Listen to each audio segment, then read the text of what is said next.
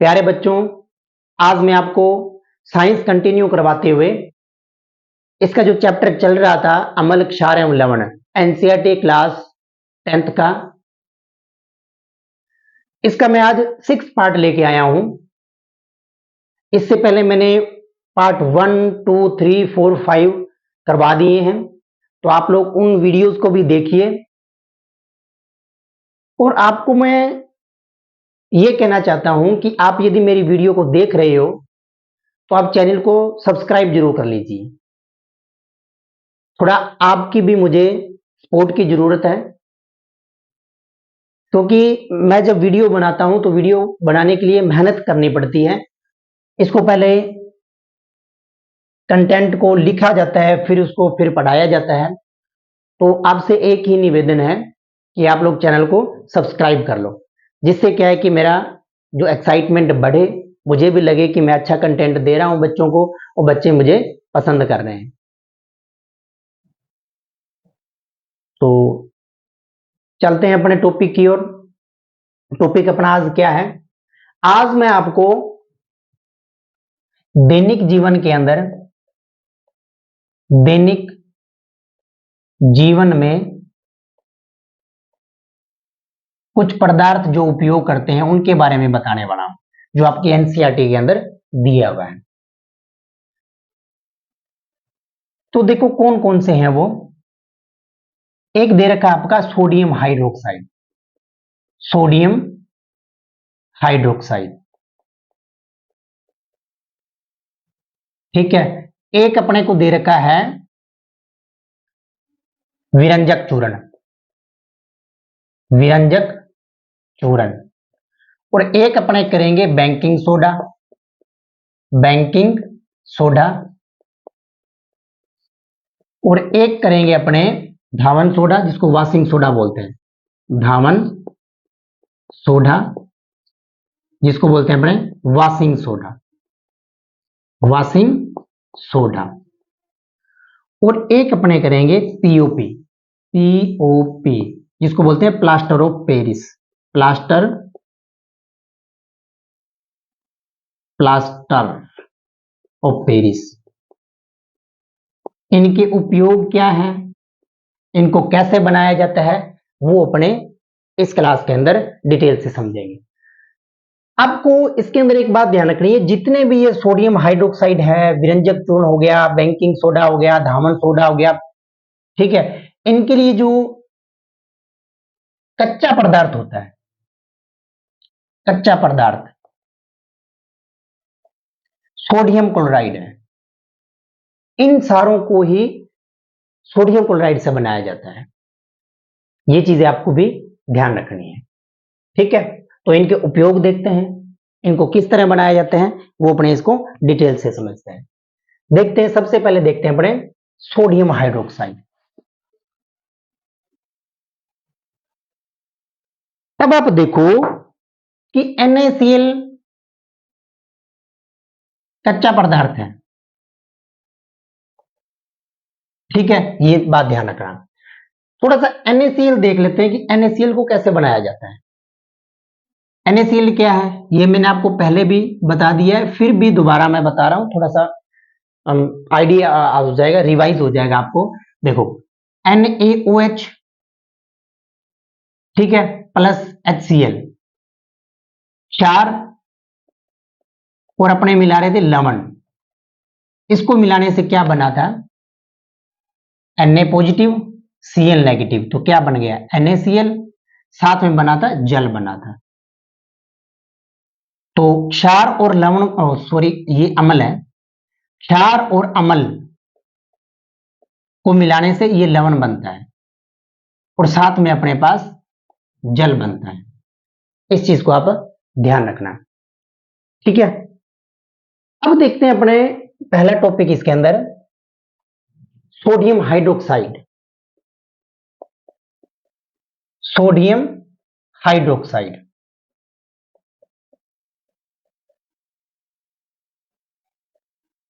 NaOH का निर्माण, NaOH का निर्माण मोस्ट इंपोर्टेंट है। यहां से क्वेश्चन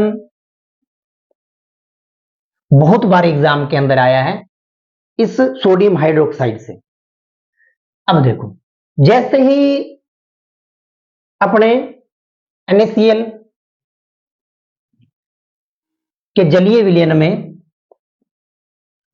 धारा प्रवाहित करते हैं, NaCl के सोडियम क्लोराइड के जलीय विलयन में अब धारा प्रवाहित करते हैं, तो जिससे अपने को क्या NaOH प्राप्त होता है, क्लोरीन गैस प्राप्त होती है और हाइड्रोजन गैस प्राप्त होती है। ये आपको विशेषकर बात ध्यान रखनी है। तो मैं कह सकता हूं कि सोडियम क्लोराइड के जलीय विलयन में जैसे अपने धारा प्रवाहित करते हैं, तो अपने पास इसके 2 मॉलिक्यूल ले लिए, ये भी 2 मॉलिक्यूल ले लिए, तो बना अपने पास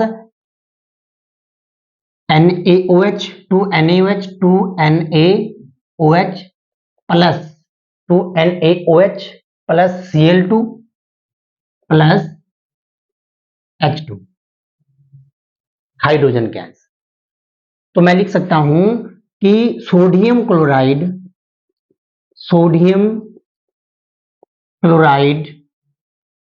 के जलीय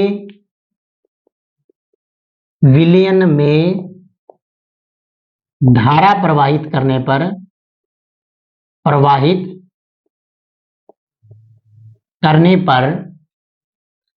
सोडियम हाइड्रोक्साइड, क्लोरीन गैस और हाइड्रोजन गैस प्राप्त होती है। और अब मैं एक आपको पॉइंट बताने वाला हूं जो पॉइंट ऑफ एग्जाम के पॉइंट ऑफ व्यू से बहुत ज्यादा इंपॉर्टेंट है। चलो देखते हैं वो पॉइंट क्या है। पॉइंट ये है कि ये जो पूरी इक्वेशन है ना, ये पूरी इक्वेशन, इसको क्लोर क्षार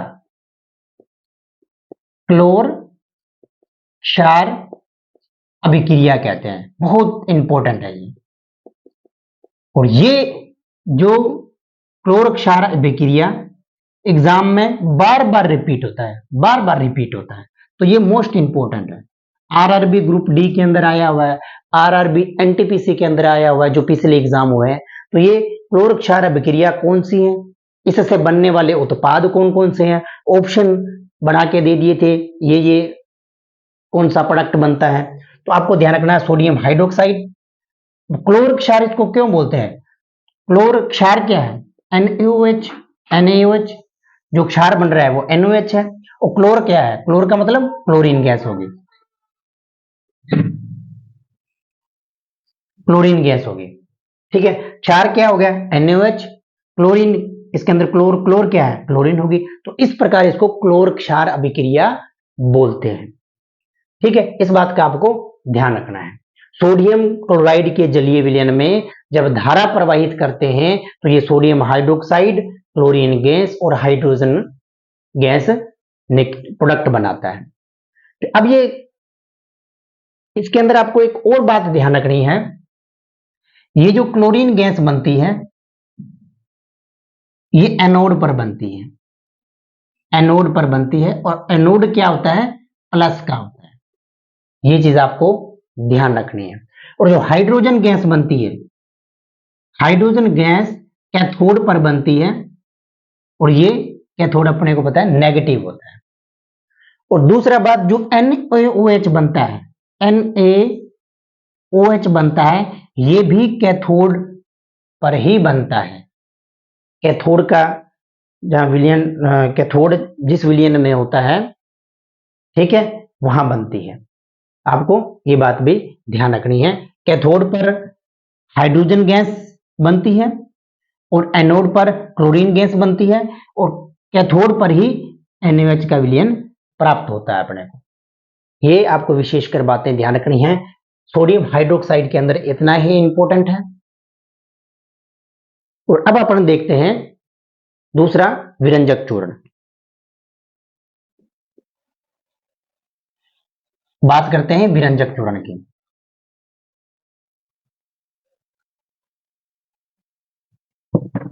तो इसका दूसरा पॉइंट है विरंजक चूर्ण। विरंजक चूर्ण। विरंजक चूर्ण का सूत्र याद करो। सबसे पहली बात तो यह है CaOCl2, विरंजक चूर्ण CaOCl2। ठीक है, अब ये बनता कैसे है उसे देखते हैं। अपनों ने प्रयोगशाला अभिक्रिया की, उसके अंदर अपने को क्लोरीन प्राप्त हुआ, तो उस क्लोरीन की रिएक्शन जब सोडियम हाइड्रोक्साइड के साथ करवाते हैं, मैंने क्या बोला कि अपने जो सोडियम हाइड्रोक्साइड बना रहे थे, जलीय विलयन NaCl क्या लिया, उसके अंदर अपने धारा प्रवाहित की, धारा प्रवाहित करने के बाद जो क्लोरीन बना, तो उस क्लोरीन से अपने क्या करेंगे, सोडियम हाइड्रोक्साइड कैल्शियम हाइड्रोक्साइड की रिएक्शन करवाने से क्या अपने को ये मिलता है विरंजक चूर्ण। अब देखो कैसे, कैल्शियम हाइड्रोक्साइड की क्रिया क्लोरीन से करवा दी, कैल्शियम हाइड्रोक्साइड की क्रिया क्लोरीन गैस से करवा दी। अब देखो प्रोडक्ट क्या बनता है, ये Ca, ये पड़ा है Ca, यहां से मैंने एक O ले लिया, ये बन गया अपने पास O, और ये बन गया Cl2। खत्म, कैल्शियम खत्म, क्लोरीन खत्म। अब यहां से एक दो O थे, दो H थे, दो O थे और दो ही H थे, एक तो मैंने यहां दे दिया, बचा क्या, एक O, और यहां पड़ा अपने पास 2H, तो ये क्या बनाता है H2O, ये बन गया जल अपने पास।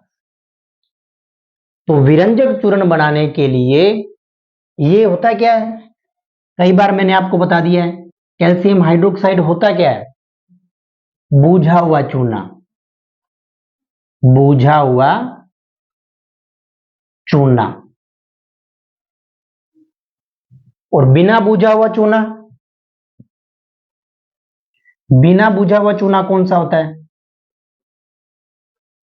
हुआ चूना, ये भी मैंने आपको बताया हुआ है CaO, बिना बूझा हुआ चूना होता है। और इस बिना बुझे हुए चूने के अंदर जब अपने जल मिलाते हैं तो ये कैल्शियम हाइड्रोक्साइड बुझा हुआ चूना बन जाता है। ये मैंने बहुत डिटेल में पहले भी करवाया हुआ है, तो आप लोग क्लासेस को कंप्लीट करो। ठीक है, तो ये बन गया अपने पास विरंजक चूर्ण,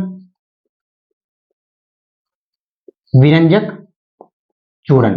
तो अब अपने इसके देख लेते हैं यूजेस, उपयोग की बात करते हैं। पहला उपयोग देखो, वस्त्र उद्योग, वस्त्र उद्योग में सूती और लिनन के कपड़े, जो सूती कपड़े होते हैं और लिनन के जो कपड़े होते हैं, लिनन के कपड़ों पर विरंजक के लिए, विरंजक के लिए एक ये पॉइंट ध्यान रखना है। दूसरा आपको ध्यान रखना है रासायनिक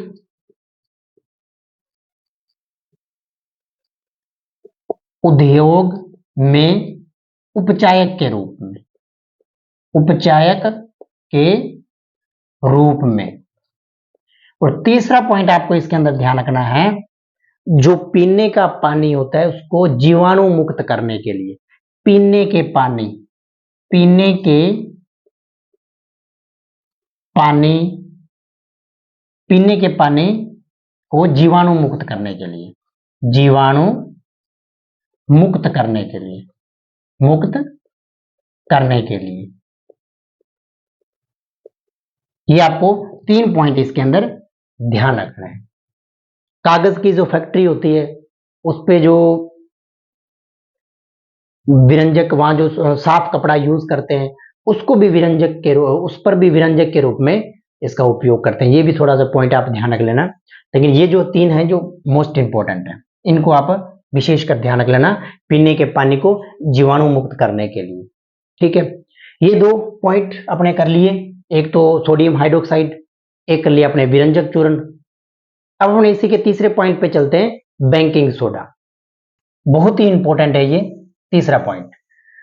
तीसरा पॉइंट है बेकिंग सोडा। Baking soda. ठीक है, तो बेकिंग सोडा किससे बनता है, इसका उपयोग क्या है, उसके बारे में अपने डिटेल से चर्चा करते हैं। तो सबसे पहले इसका आप सूत्र देखिए। सूत्र क्या है? सूत्र होता है NaHCO3। इसको बोलते हैं sodium hydrogen carbonate. Sodium hydrogen carbonate, ये मैंने आपको पहले भी करवा चुका हूं। ये आपको सोडियम हाइड्रोजन कार्बोनेट। ठीक है, ये बात इसके अंदर, इसका फॉर्मूला ध्यान रखना आपको, NaHCO3। अब ये इसका निर्माण किस प्रकार होता है वो देखते हैं अपने। अपने क्या है कि NaCl, NaCl के अंदर जल मिला दिया, कार्बन डाइऑक्साइड गैस मिला दी और अमोनिया मिला दिया। मिलाने से क्या होता है, अपने पास NaHCO3। ठीक है, अब देखो Na यहां से अपने H ले लिया, ठीक है, और CO3 यहां से O ले लिया। आई बात समझ में? देखो Na अपने यहां से ले लिया, ठीक है, H अपने यहां से ले लिया, यहां क्या बन गया HO, तो यहां बन गया ये NaH, यहां से मैंने H ले लिया। अब CO2 है तो ये वाला O इधर चला गया, तो ये क्या बन गया NaHCO3। अब बचा क्या है अपने पास, एक तो H यहां से बच गया ये वाला, तो ये बन गया NH4, एक बच गया अपने पास Cl, तो क्या बच गया NH4Cl, ammonium chloride. Ammonium chloride. तो ये आपको ध्यान रखना कि सोडियम क्लोराइड के अंदर जल मिलाया जाए, कार्बन डाइऑक्साइड मिलाई जाए और अमोनिया गैस मिलाई जाए, तो इससे अपने को सोडियम हाइड्रोजन कार्बोनेट प्राप्त होता है। ठीक है, एक पॉइंट इसके अंदर आपको एक ध्यान रखना कि ये क्षारीय प्रकृति का होता है। क्षारीय प्रकृति का होता है। प्रकृति क्या होती है इसकी, क्षारीय। अम्ल के साथ मिलाने पर इसको उदासीन किया जाता है। अब देखो कि जैसे ही अपने ये sodium hydrogen carbonate, sodium hydrogen carbonate को गर्म करते हैं, को गर्म करने पर, गर्म करने पर क्या होता है, भी गर्म करने पर वो देखते हैं अपने। सोडियम हाइड्रोजन कार्बोनेट को गर्म करने पर क्या होता है, कर दो गर्म। दो मॉलिक्यूल मैंने NaHCO3 के ले लिए, इसको मैंने ऊष्मा दे दी, तो अब इसका क्या होएगा वो देखते हैं अपने। इसका होना क्या है, कुछ नहीं है, टूटेगा और क्या होगा Na2, Na2, ठीक है, CO3 बन गया, Na2CO3, एक CO3 रह गया, दो H रह गए, एक CO3 रह गया, एक CO3 रह गया, एक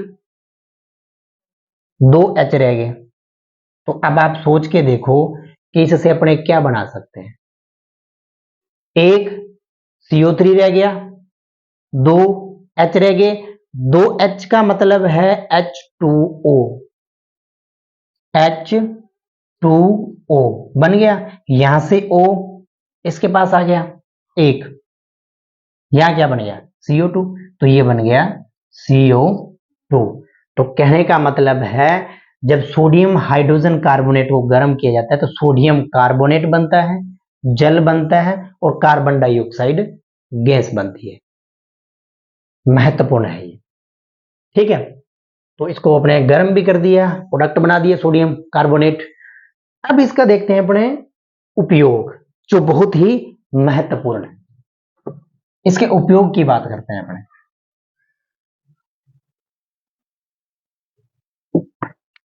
अपने इसके उपयोग की बात करते हैं। उपयोग पहला देखते हैं सबसे पहले, रसोई घर में। रसोई घर में स्वादिष्ट खाना बनाने के लिए, स्वादिष्ट खाना बनाने के लिए, बनाने के लिए, रसोई घर में स्वादिष्ट खाना बनाने के लिए, खाने को शीघ्रता से पकाने के लिए, खाने को शीघ्रता से पकाने के लिए, शीघ्रता से पकाने के लिए, ठीक है, खाने को शीघ्रता से पकाने के लिए। ये 2 पॉइंट तो आपको ध्यान रखना है कि बेकिंग सोडे का उपयोग कहाँ होता है, रसोई घर में स्वादिष्ट खाना बनाने के लिए। जैसे पकोड़े हो गए, उनके अंदर थोड़ा सा मिला दो तो वो क्या है कि मुलायम मुलायम सा हो जाता है, तो पकोड़े में मिला लो, ठीक है। तो खाने को शीघ्रता से पकाने के लिए भी इसका उपयोग करते हैं अपने। अब इसका तीसरा उपयोग देखते हैं, अब इसका अपने तीसरा उपयोग देखते हैं जो मोस्ट इंपोर्टेंट है। मोस्ट इंपोर्टेंट है, क्या है वो, ये जो तीसरा पॉइंट है ना, ये आरआरबी जो हाल ही के अंदर एग्जाम हुआ था, RRB NTPC under graduate, under graduate जो 4/9/2025 का जो थर्ड शिफ्ट आई थी, उसके अंदर ये क्वेश्चन आया हुआ था। तो क्या था ये क्वेश्चन, बेकिंग पाउडर बनाना, इसका उपयोग क्या था, बेकिंग पाउडर बनाना। तो किस प्रकार अपने बेकिंग पाउडर बनाते हैं इससे, ठीक है। और बेकिंग पाउडर होता क्या है, बेकिंग पाउडर जो होता है बेकिंग सोडे से, बेकिंग पाउडर क्या होता है, baking soda, baking soda plus अमल, अमल मंद खाद्य पदार्थ वाला, खाद्य पदार्थ वाला जो अमल, उससे मिलकर अपने बेकिंग पाउडर बनाते हैं। उससे मिलकर क्या होता है, बेकिंग पाउडर बनाते हैं। तो एग्जाम के अंदर कैसे क्वेश्चन आया था वो अपने देखते हैं। एग्जाम के अंदर ये बोला था कि सोडियम हाइड्रोजन कार्बोनेट की क्रिया सिरका से करवाई जाती है, सिरका से करवाई जाती है, तो कौन सा प्रोडक्ट बनता है वो देखते हैं। सिरका क्या होता है, CH3COOH एसिटिक अम्ल होता है। जब अपने इसकी क्रिया सोडियम हाइड्रोजन कार्बोनेट से करवाते हैं तो प्रोडक्ट क्या बनता है, सिरका ले लो, यहां पे टार्ट्रिक अम्ल ले लो, टार्ट्रिक अम्ल ले लो। एनसीईआरटी में आपको दे रखा है टार्ट्रिक अम्ल, मंद पदार्थ कोई और भी इमली ले सकते हैं अपने, कोई और भी पदार्थ ले सकते हैं। सिरका एग्जाम के अंदर आ गया, ठीक है। अब इसके प्रोडक्ट क्या बनते हैं वो देखते हैं अपने। इससे आपका जो प्रोडक्ट बना है, एक तो बनेगा CH3COONA, ये क्या है, क्षार है, ये क्या है, अम्ल है। तो लवण बनेगा, लवण कैसा बनेगा, CH3COONA, CH3COONA। तो ये यहां से H निकल गया, ठीक है, H एक यहां पड़ा है, तो साथ में बन गया ये जल, H2O प्लस यहां से O निकल के H2O बना दिया, तो CO2 कार्बन डाइऑक्साइड गैस बन गई, कार्बन डाइऑक्साइड गैस बन गई। तो कहने का मतलब है एग्जाम के अंदर ये क्वेश्चन आया, तो जो हाल ही के अंदर 4/9/25 का जो आरआरबी एनटीपीसी का एग्जाम हुआ था, उसके अंदर सोडियम हाइड्रोक्साइड की क्रिया, सोडियम हाइड्रोजन कार्बोनेट की क्रिया जब सिरका से करवाते हैं तो सोडियम का लवण बनता है, प्लस जल बनता है, प्लस कार्बन डाइऑक्साइड गैस बनती है, ठीक है। अब ये जो कार्बन डाइऑक्साइड गैस है, इसका उपयोग कहां करते हैं, इसका उपयोग पाव रोटी, पाव रोटी होगी, केक हो गया या खमीर हो गया, खमीर हो गया, इसको स्पंजी बनाने के लिए, मुलायम बनाने के लिए, स्पंजी या मुलायम बनाने के लिए इस कार्बन डाइऑक्साइड गैस का उपयोग करते हैं। तो 3 इसके यूजेस हो गए जो ये बहुत ही मोस्ट इंपॉर्टेंट है। अब इसका अपन देखते हैं 4 नंबर यूजेस। 4 नंबर इसका उपयोग क्या है, एंटीसिड के रूप में इसका उपयोग करते हैं। एंटीसिड, एंटीसिड क्यों? क्योंकि ये क्षारीय है, क्षारीय प्रकृति का, मैंने भी आपको बताया कि ये क्षारीय प्रकृति का है। पेट में जलन हुई, अम्ल के कारण जलन होता है, अम्ल के कारण जलन बनता है, तो क्षार का इसको एंटीसिड दे देते हैं, तो वो क्या है कि उसको उदासीन कर देता है, तो पेट में जलन बंद हो जाती है, तो एंटीसिड के रूप में। और 5वां अपने को इसके अंदर ध्यान रखना है, सोडा अम्ल अग्निशामक के रूप में। सोडा अम्ल अग्निशामक के रूप में, अग्निशामक के रूप में इसका उपयोग करते हैं। ये तो था बैंकिंग सोडा के बारे में। ये जो 3 नंबर पॉइंट है, हाल ही के अंदर जो एग्जाम हुआ है अंडर ग्रेजुएट का 12th लेवल का, उसके अंदर ये वाली इक्वेशन आई थी। ठीक है, तो अब अपन देखते हैं धावन सोडा। धावन सोडा क्या है, किस प्रकार इसका निर्माण होता है। तो अब अपन बात करते हैं धावन सोडा या धोने का सोडा। देखो 4 नंबर धावन सोडा या धोने का सोडा, धोने का सोडा। ठीक है, अब पहले तो इसका फॉर्मूला याद करो, पहले तो इसका सूत्र देखो क्या है। सूत्र Na2CO3.10H2O क्या है, Na2CO3.10H2O। तो ये जो Na2 सोडियम कार्बोनेट है, कुछ याद आ रहा है? अभी अपने किया है, कुछ याद आया? आया कुछ याद? सोच लो अभी। Na2CO3 अभी अपने बनाया था, किससे बनाया था? सोडियम हाइड्रोजन कार्बोनेट को गर्म करने पर। आया कुछ याद? सोडियम हाइड्रोजन कार्बोनेट को गर्म कर रहे थे अपने, और क्या बना रहे थे? Na2CO3 बना रहे थे।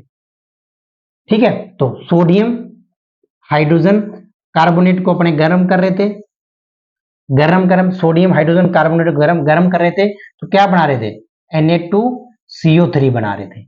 याद आया ना कुछ? अब ये बोलता है कि जैसे ही सोडियम हाइड्रोजन कार्बोनेट को गर्म किया जाता है तो सोडियम कार्बोनेट बनता है।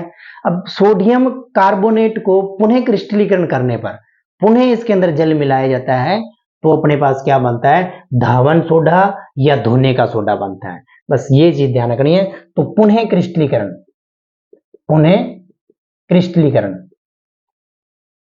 क्रिस्टलीकरण करने पर तो अपने ले लिया Na2CO3 प्लस कर दिया 10H2O, मिलाने पर क्या बन गया? Na2CO3 10H2O, धावन सोडा बन गया।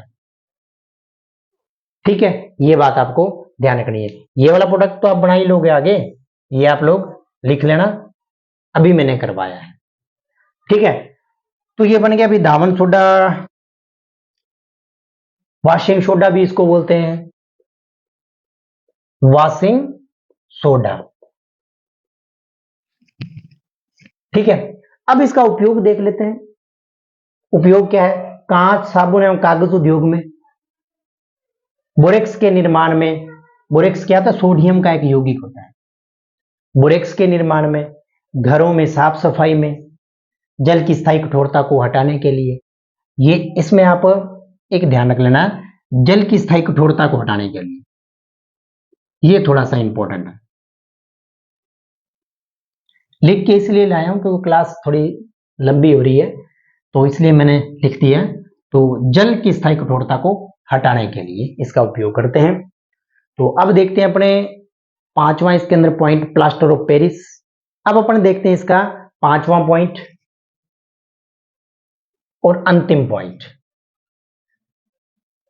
POP, plaster of Paris, plaster of Paris, POP. क्या होता है अभी प्लास्टर ऑफ पेरिस? पहले तो आप इसका फॉर्मूला देखो, कॉपर सल्फेट, इसके अंदर H2O, आधा जल अणु का। अब ये आधा जल अणु का, इससे पहले अपने एक देखा Na2CO3 NH2O, ये 10 जल अणु के। जैसे अपने बात कर लेते हैं कॉपर सल्फेट 5 जल अणु के। तो ये क्या होता है? ये 5 जल, 10 जल, आधा जल अणु का, इसको बोलते हैं क्रिस्टलन का जल। क्या होता है ये? क्रिस्टलन का जल। थोड़ा ध्यान रख लेना, मेरे हिसाब से थोड़ा इंपॉर्टेंट है, क्वेश्चन आ भी सकता है। क्रिस्टलन का जल क्या होता है? क्रिस्टलन का जल होता है कि कोई भी अपने को